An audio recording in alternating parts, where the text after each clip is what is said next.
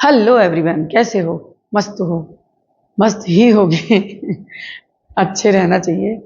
तो क्लास 11 की जो सीरीज हमारी चल रही है चैप्टर 1 की, चलो उसी को आगे कंटिन्यू करते हैं।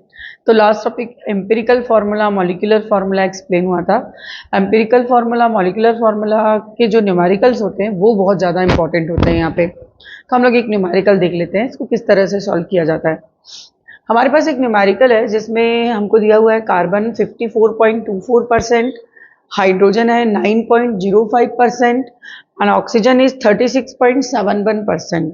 मॉलिक्यूलर मास कंपाउंड का दिया हुआ है 88U और हमसे कहा जा रहा है कि एम्पिरिकल फार्मूला और मॉलिक्यूलर फार्मूला इसका फाइंड आउट करके बताना है।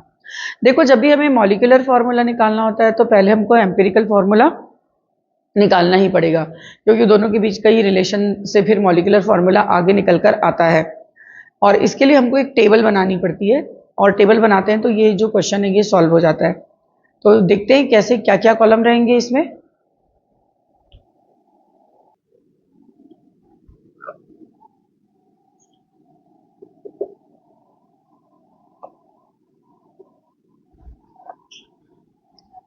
तरह से हम लोग टेबल बना लेते हैं। सबसे पहला कॉलम है सीरियल नंबर, देन एलिमेंट,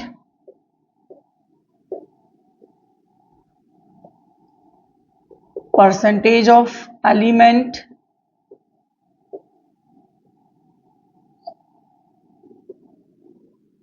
थोड़ा सा ठीक बना लेते हैं, रिलेटिव नंबर,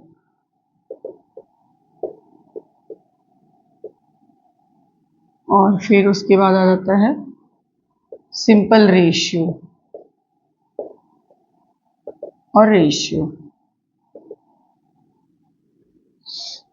तो 3 एलिमेंट है तो 3 तक जाएगी, 1 2 3 जितने होते हैं उतना लेते हैं। सबसे पहले क्या करते हैं, इस तरह का क्वेश्चन जब कभी भी हमें सॉल्व करना होता है तो जो परसेंटेज दिए होते हैं हम उसको, यदि ऑक्सीजन का नहीं दिया हुआ है तो हम उनको उस परसेंटेज को टोटल करके देख लेते हैं। यहाँ तो खैर ऑक्सीजन है तो करने की जरूरत नहीं है। इन केस यदि ऑक्सीजन नहीं दिया है, कार्बन है, हाइड्रोजन है, नाइट्रोजन है और कोई दूसरा एलिमेंट है, तो जो भी परसेंटेज दिया हुआ है सबसे पहले हम उसको टोटल करके देख लेते हैं कि वो 100 आ रहा है कि नहीं आ रहा। यदि 100 आ रहा है तो मतलब उसमें ऑक्सीजन नहीं है, और यदि 100 नहीं आ रहा मतलब उसमें अभी भी उसमें ऑक्सीजन भी है। तो फिर क्या करोगे, ऑक्सीजन का परसेंट, वो अंडरस्टूड है, उसको खुद को अपन को निकालना होता है। तो क्या करोगे, ऑक्सीजन का परसेंटेज निकालने के लिए जो टोटल आएगा सारे एलिमेंट के परसेंटेज का उसको 100 में से माइनस कर देना है, तो ऑक्सीजन का परसेंटेज निकल जाएगा। ये सबसे पहला काम हमेशा यही करके देखना, यदि ऑक्सीजन नहीं दिया हुआ है तो यहाँ पर तो है, तो ये टोटल 100 है, इसलिए ठीक है, यहाँ पे जरूरत नहीं पड़ेगी। तो पहला एलिमेंट है अपना कार्बन, दूसरा है हाइड्रोजन और तीसरा है ऑक्सीजन। जैसे दिए रहेंगे उसी सीक्वेंस में लिखना। वैसे इंक्रीजिंग ऑर्डर ऑफ इलेक्ट्रोनिगेटिविटी के सीक्वेंस में हम लोग इसको लिख लेते हैं। कार्बन का परसेंटेज है 54.24, हाइड्रोजन का दिया है 9.05 और ऑक्सीजन का दिया हुआ है 36.71। अब निकालना है हमको इनका रिलेटिव नंबर। यहां तक एक कॉलम और आएगा इसमें, इसके बाद ही आएगा, पहले आएगा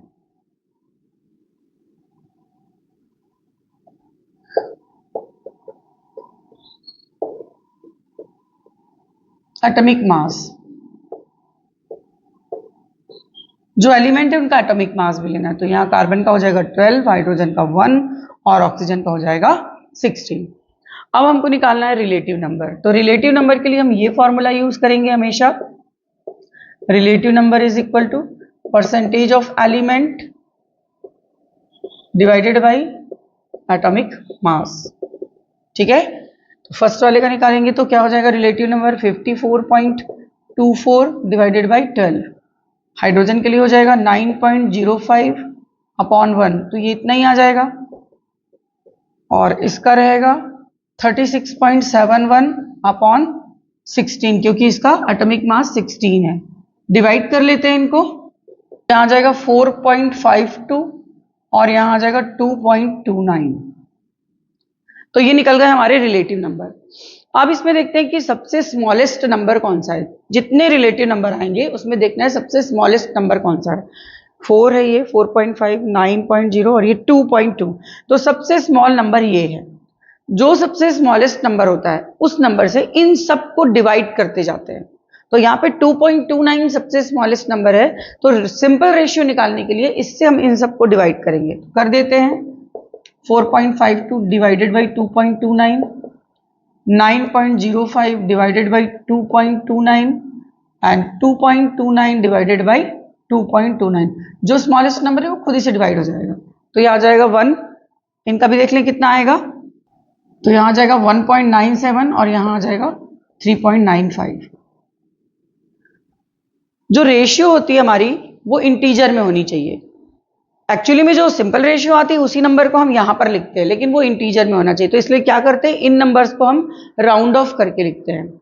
तो राउंड ऑफ के यहाँ पर तुम्हें रूल्स पता होने चाहिए कि किस तरह से यहाँ पे हमको नंबर को राउंड ऑफ करना है। तो देख लो उसके लिए, यदि 2.1 है, 2 है, 3 है, 4 है, मतलब सामने कोई भी नंबर है और उसके बाद पॉइंट के बाद डेसिमल के बाद 1 2 3 4 तक है, तो फिर वो जो सामने वाला इंटीजर है तुम उसी को राउंड ऑफ करके यहां लिख दोगे।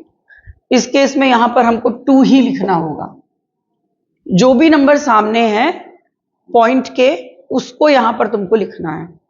लेकिन यदि नंबर इस तरह से है 3.6, 0.7, 0.8, 0.9, तब इसको राउंड ऑफ करने का रूल ये है कि जो नंबर डेसिमल के पहले है, मीन्स यहाँ पे 3 है, तुम उसमें एक ऐड कर दोगे, तो इसको लिखोगे 4 इन पूरे केसेस में, ठीक है। लेकिन यदि नंबर ऐसा है 3.5, डेसिमल के बाद पॉइंट है, तो फिर तुम इस नंबर को एक सूटेबल स्मॉलेस्ट इंटीजर से मल्टीप्लाई करोगे, एक छोटे नंबर से मल्टीप्लाई करोगे कि ये एक इंटीजर आ जाए, इसका डेसिमल हट जाए। और फिर जब वो इंटीजर आ जाएगा तो यदि उसको तुमने मान लो 3 से मल्टीप्लाई किया है या 2 से मल्टीप्लाई किया है, तो फिर ऊपर वाले नंबर को भी करोगे, इसको भी करोगे और इसको भी करोगे, सबको करोगे, भले वो वैसे ही राउंड ऑफ हो जा रहे थे। देखते हैं कैसे, इसको बता रही हूं आगे। यहाँ पे अपन इसको भी राउंड ऑफ करते हैं। तो ये है 1.9, पॉइंट के बाद 9 मीन्स पहले वाला नंबर जो है उसको हमको एक इंक्रीज करना है, तो ये हो जाएगा 2। फिर 3.9, तो पहले वाला नंबर हो जाएगा 4 और ये तो सीधे सीधे आ गया था अपना 1, तो ये हो गया राउंड ऑफ। और इस तरह से राउंड ऑफ होने के बाद जो रेशियो है वो हमको इंटीजर में मिल जाएगी। अब हमको मिल जाएगा एम्पिरिकल फॉर्मूला। क्या हो जाएगा empirical formula? Empirical formula is equal to, carbon के आगे क्या दिया हुआ है 2, तो उसको क्या करोगे, कार्बन लिखोगे सिंबल में और सबस्क्रिप्ट में 2 को राइट साइड में लिख दोगे, ये लिख दिए। फिर उसके बाद हाइड्रोजन है तो हाइड्रोजन लिखो 4 सबस्क्रिप्ट में, फिर ऑक्सीजन कितना है उसके साथ 1, 1 को लिखने की जरूरत नहीं होती, वो तो वैसे ही अंडरस्टूड होता है। तो ये इसका एम्पिरिकल फॉर्मूला निकल कर आ जाएगा। जब कभी भी हमें एम्पिरिकल फॉर्मूला निकालना है किसी भी क्वेश्चन में तो हम इसी तरीके से निकालेंगे। राउंड ऑफ करने वाले जो रूल्स है उसको ध्यान में रखना, उसको ध्यान में रखते हुए राउंड ऑफ करोगे तो तुम्हारा कैलकुलेशन बहुत इजीली हो जाएगा, कहीं पे भी परेशानी नहीं होगी। तो एम्पिरिकल फॉर्मूला निकाल लेने के बाद अब हम लोग फाइंड आउट करेंगे इसका molecular formula. Molecular formula is equal to n into empirical formula. ये फॉर्मूले पता होने चाहिए। अब यहां पर n तो मालूम है, सॉरी n मालूम नहीं है पर एम्पिरिकल फॉर्मूला मालूम है, तो n क्या है यहां पर, ये एक इंटीजर है। कैसे फाइंड आउट करेंगे इसको, तो n इज इक्वल टू होता है फॉर्मूला फिर से molecular mass upon empirical formula मास। एम्पिरिकल फॉर्मूला को हम सिंपल फॉर्मूला भी बोलते हैं। तो फाइंड आउट कर लेते हैं हम लोग n। मॉलिक्यूलर मास क्वेश्चन में दिया हुआ है 88, एम्पिरिकल फॉर्मूला मास हमको निकालना है, तो क्या आया था हमारा एम्पिरिकल फॉर्मूला C2H4O, ये हमारा एम्पिरिकल फॉर्मूला आया। एम्पिरिकल फॉर्मूला मास हम निकाल लेंगे सिंपल मॉलिक्यूलर मास के फॉर्म में। कार्बन का atomic mass 12 into 2 plus hydrogen का 1 इंटू 4 प्लस ऑक्सीजन का 16, 24 प्लस 4 प्लस 16 और ये आ जाएगा 44। इस वैल्यू को यहां पुट करेंगे तो n की वैल्यू आ जाएगी 2। अब हमको n की वैल्यू मिल गई, इस वैल्यू को यहां पुट करेंगे, एम्पिरिकल फॉर्मूला की वैल्यू को पुट करेंगे। n की वैल्यू 2 इंटू C2H4O। अब इसको मल्टीप्लाई कैसे करना है, नंबर को मल्टीप्लाई करना, जो नंबर लिखे हुए हैं बस वही मल्टीप्लीकेशन होगा, आगे पीछे नहीं करना इसको, यहीं गड़बड़ करते हो नहीं तो ये हो जाएगा 2 2 जा 4, 4 2 जा 8 और यहां 1 है तो हो जाएगा 2। तो ये आ जाएगा इसका मॉलिक्यूलर फॉर्मूला। इस तरह से तुम किसी भी कंपाउंड का मॉलिक्यूलर फॉर्मूला निकाल सकते हो, है ना, बहुत सिंपल। राउंड ऑफ करने को बस थोड़ा सा ध्यान देना, वहीं पे गड़बड़ हो जाता है। तो हम लोग empirical formula, molecular formula easily find out कर सकते हैं, सिंपल क्वेश्चन जो रहता है उसके लिए। और एग्जांपल देख लेते हैं। ये वाला क्वेश्चन देखो, ये थोड़ा अलग है, इसमें राउंड ऑफ थोड़ा और अलग तरीके से होने वाला है, तो इसलिए इसको लिया मैंने। एक कंपाउंड है जिसमें कार्बन 50% है और उसका मॉलिक्यूलर मास 290 है और हमको इसका मॉलिक्यूलर फॉर्मूला निकालना है। तो मैंने अभी थोड़ी देर पहले बताई तुमको कि पहले हम लोग परसेंटेज देख लें कि वो 100 है कि नहीं। यदि 100 नहीं है तो इसका मतलब ये है कि उसमें ऑक्सीजन भी है। तो यहाँ तो क्लियर कट दिख रहा है कि कार्बन 50% है, तो रिमेनिंग 50% क्या हो जाएगा यहाँ पर, ऑक्सीजन। और मान लो 50% नहीं होता, ये कुछ और होता, तो फिर कैसे निकालते परसेंटेज ऑफ ऑक्सीजन, 100 में से उस परसेंटेज को माइनस करके। तो यहाँ पर ऑक्सीजन का परसेंटेज निकल कर आ गया 50। अब एम्पिरिकल फॉर्मूला निकालते हैं पहले, तो पहले हमारी वही टेबल रहेगी जो अभी अपन लोगों ने बनाए थे।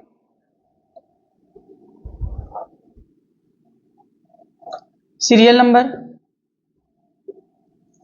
Element, percentage, atomic mass,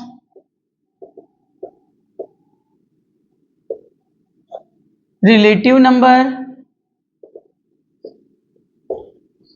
and then simple ratio.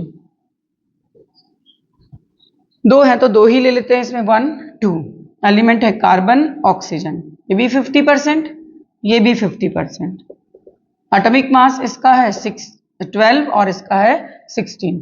Relative number निकालने के लिए परसेंटेज को एटॉमिक मास से डिवाइड करते हैं, 50/12 और ये हो जाएगा 50/16। डिवाइड करते हैं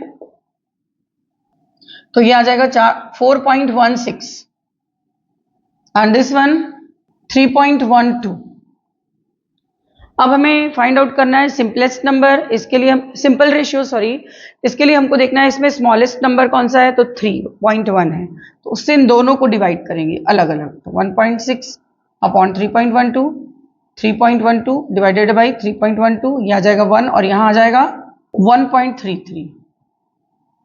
अब देखो इस केस में नॉर्मली यदि हम लोग राउंड ऑफ करें तो ये तो खैर 1 है, तो ये 1 ही रहेगा, और इसको राउंड ऑफ करेंगे तो ये भी 1 आ जाएगा।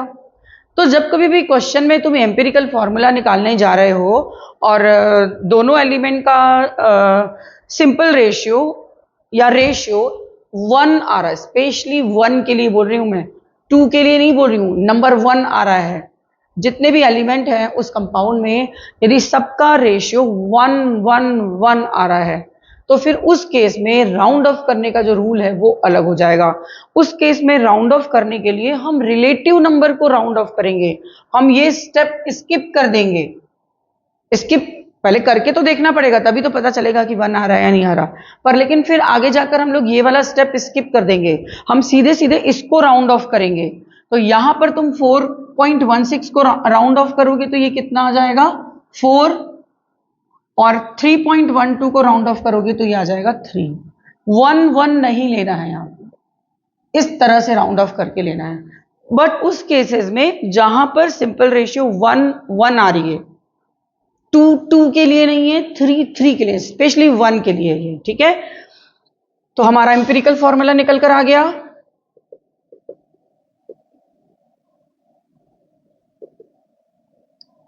C4O3। अब निकाल लेते हैं हम मॉलिक्यूलर फॉर्मूला। तो molecular formula is equal to into empirical formula. n की वैल्यू निकालनी है, molecular mass upon empirical formula mass. अच्छा, कई बार क्या होगा कि ना एन की वैल्यू सॉरी मॉलिक्यूलर मास की वैल्यू नहीं दी होगी। जैसे इस क्वेश्चन में तो खैर दी हुई है 290। कई बार ऐसा होता है कि क्वेश्चन में मॉलिक्यूलर मास की वैल्यू नहीं दी होती, उसकी जगह दिया होता है वेपर डेंसिटी। तो इससे भी हम मॉलिक्यूलर मास निकाल सकते हैं। ये रिलेशन होता है मॉलिक्यूलर मास और वेपर डेंसिटी के बीच। Molecular mass is equal to 2 into vapour density. तो वहां पर हम ये फॉर्मूला अप्लाई कर लेंगे जहां पर मॉलिक्यूलर मास नहीं है, वेपर डेंसिटी है। तो यहां से फिर हमको मॉलिक्यूलर मास मिल जाएगा, मीन्स एक स्टेप और बढ़ जाएगा वहां पे। ये फॉर्मूला पता रहना चाहिए। तो अब हमको निकालना है एम्पिरिकल फॉर्मूला मास, तो निकाल लेते हैं एम्पिरिकल फॉर्मूला मास। एम्पिरिकल फॉर्मूला आया अपना C4O3। इसका molecular mass means empirical formula mass carbon का 12 इंटू 4 प्लस ऑक्सीजन का 16 इंटू 3, और ये आ जाएगा 48 प्लस 48 96। तो ये आ जाएगा 96, डिवाइड करेंगे इसको तो ये आ जाएगा अप्रोक्सीमेटली 3। इसको भी राउंड ऑफ करके ले लेते तो 2 पॉइंट कुछ कुछ आएगा समथिंग, तो अप्रोक्सीमेटली 3 में जाके ये राउंड ऑफ होगा। अब इस वैल्यू को मैं यहां पुट करूंगी तो यहां आ जाएगा 3, और एम्पिरिकल फॉर्मूला क्या आया था अपना C4O3। तो मल्टीप्लाई करो। मल्टीप्लाई कैसे करना है अब भी बताइए, सिर्फ नंबर को करना है। तो 4 3 जा 12 एंड 3 3 जा 9। This is the molecular formula of compound. तो इस तरह से हम किसी भी न्यूमेरिकल में एम्पिरिकल फार्मूला और मॉलिक्यूलर फार्मूला फाइंड आउट कर सकते हैं। आई होप कि 2 एग्जांपल से तुम्हें क्लियर हो गया होगा। तुम बहुत प्रैक्टिस करके देख सकते हो। यदि और चाहिए होगा इसके लिए प्रैक्टिस सेट तो मुझे मैसेज करके रिप्लाई करना। ओके।